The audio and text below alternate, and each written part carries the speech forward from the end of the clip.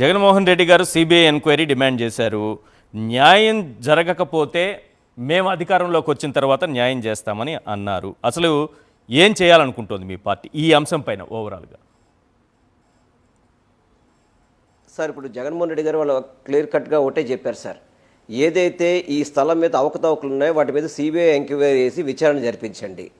రెండోది, వీళ్ళు నష్టపోయారు, డబ్బులు పెట్టి కొనుక్కొని నష్టపోయారు కాబట్టి వాళ్ళకి న్యాయం చేయాల్సిన బాధ్యత ప్రభుత్వం మీద కూడా ఉంటుంది.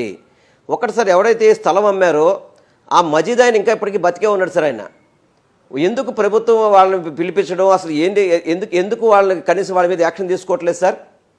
మజీద్ ఉన్నాడు, ఏదైతే అగ్రిమెంట్ రాసిందో అగ్రిమెంట్ ఎవరైతే రాసుకున్నారో ఆయన చనిపోయాడు. అగ్రిమెంట్ రాసుకున్న ఆయన ఈ కొత్తగా వచ్చిన ఎలా వచ్చారు సార్ అగ్రిమెంట్లోకి? వీళ్ళు ఆ సొసైటీలో అగ్రిమెంట్ రాసుకున్న చనిపోయాడు. అసలుకి చనిపోయిన వ్యక్తికి అసలు ఇప్పుడున్న వాళ్ళకి ఏం సంబంధం సార్ ఈ సొసైటీకి?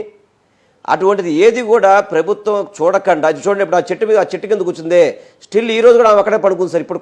ఇప్పుడు మీ టీవీలో చూపెడుతుంది, ఆమె ఇప్పుడు కూడా అక్కడే చెట్టు కింద పడుకుంటుంది సార్. ఆమె అటువంటి దారుణ పరిస్థితులు ఉంటే కనీసం కనికరం లేదు సార్ వీళ్ళకి.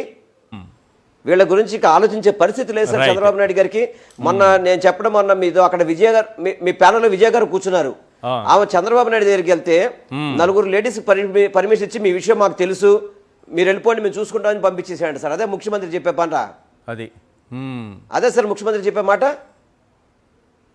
ఇవన్నీ కూడా సార్ ఒకటైతే వాస్తవం సార్, జగన్మోహన్ రెడ్డి గారు చాలా క్లియర్ కట్గా చెప్పారు సార్, సిబిఐ ఎంక్వైరీ ఏమని చెప్పని. చంద్రబాబు నాయుడు గారు కూడా అప్పీల్ చేశారు. ఆయన మీరు వాళ్ళు ఇప్పుడు ఈ విధంగా ఇబ్బంది పడుతున్నారు, మీరు ప్రభుత్వం ద్వారా ఆదుకోండి అని చెప్పని. అది లేని పక్షంలో, మీరు చేయని పక్షంలో తప్పకుండా మా ప్రభుత్వం వచ్చిన వెంటనే మేము ఎంక్వైరీ చేయిస్తాం, వాళ్ళకి న్యాయం చేయిస్తాం అని చెప్పి భరోసా ఇచ్చిన ఏకైక వ్యక్తి మన జగన్మోహన్ రెడ్డి గారు సార్. ఆ బాధితులకు సంబంధించి చివరిగా కన్క్లూడ్ చేసే ముందు ఒక బైట్ ఒకటి విందాం. బాధితులకు సంబంధించినటువంటి బైట్ ప్లీజ్.